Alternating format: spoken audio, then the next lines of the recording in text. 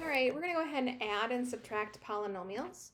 How we do this is we want to make sure we add them by like terms. You can add or subtract horizontally or vertically. I prefer to do this horizontal. So we have a polynomial and then another polynomial, and the operation between them is we want to add them together.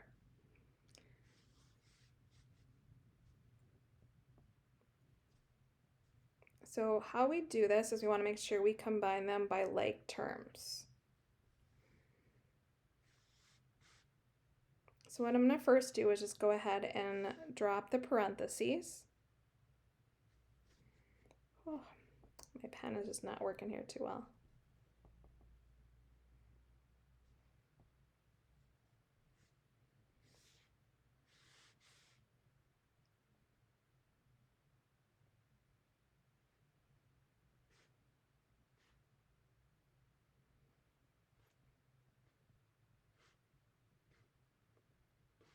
All right, so there's all the terms.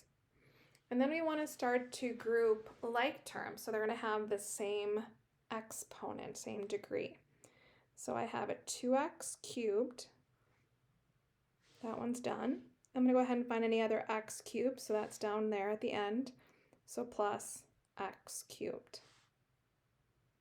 Then I'm going to find any x squared. So that's this one here. And there isn't any other x squared terms. Then I find my x's, so negative x and 7x. And then I have a plus 9 and a plus 4. So now these are my like terms. So when you add like terms, you take their coefficients. So what's in front of that coefficient? So 2x cubed plus 1x cubed is 3x cubed. There isn't a like term with that one, so just go ahead and add plus 5x squared. Then I add like terms here, so I'm going to put a 1. So negative 1x plus 7x is 6x. And then the constant terms of 9 and 4 is 13. Notice that this polynomial now is in standard form. If I wanted to find the degree, that's my degree of 3, and my leading coefficient of 3.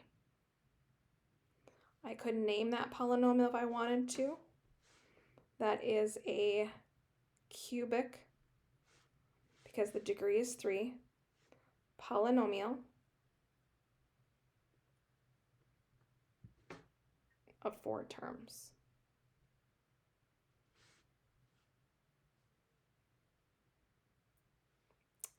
Example B, now we have a polynomial and a polynomial, and the operation is subtraction. So these you have to be very careful with.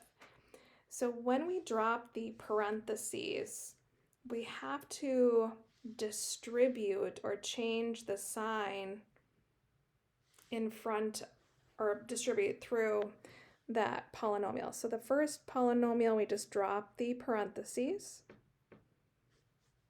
And then we're going to go ahead and distribute that negative. So when we distribute, we get negative x squared. Distribute, we get negative 6. And then a positive x. Now I'm just going to rearrange the order of the terms from the highest term, exponent, down to the constant. So there's now all of my terms, and now I group my like terms. So those are my like terms. So negative 2x minus 1x is negative 3x squared. The x is alone, and then 3 minus 6, negative 3. Now it's in standard form. This is my degree. The degree is 2. Negative 3 is my leading coefficient. I can then name the polynomial. Since the degree is 2, it's called a quadratic.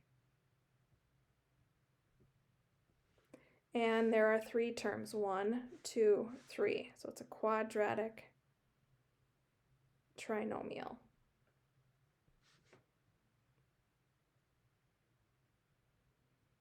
All right, here's our last example.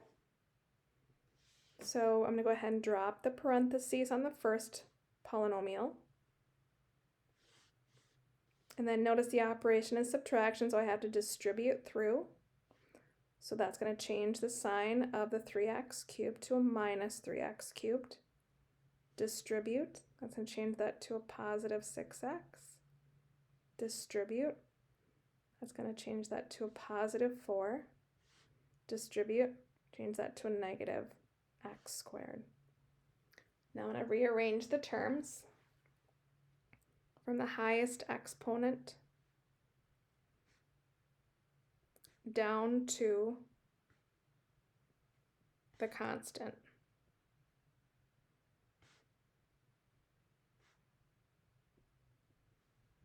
And then I combine my like terms. So negative 3x cubed is alone. And then I have 1x cubed minus 1x cubed becomes 0. So they just cancel out. Then I have 6x. And then negative 8 plus 4 is negative 4. The degree is 3.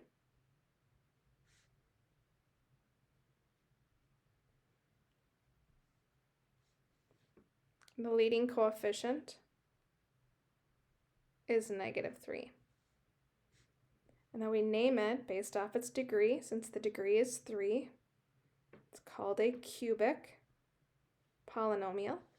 And there are 3 terms, 1, 2, 3. So it's a cubic trinomial.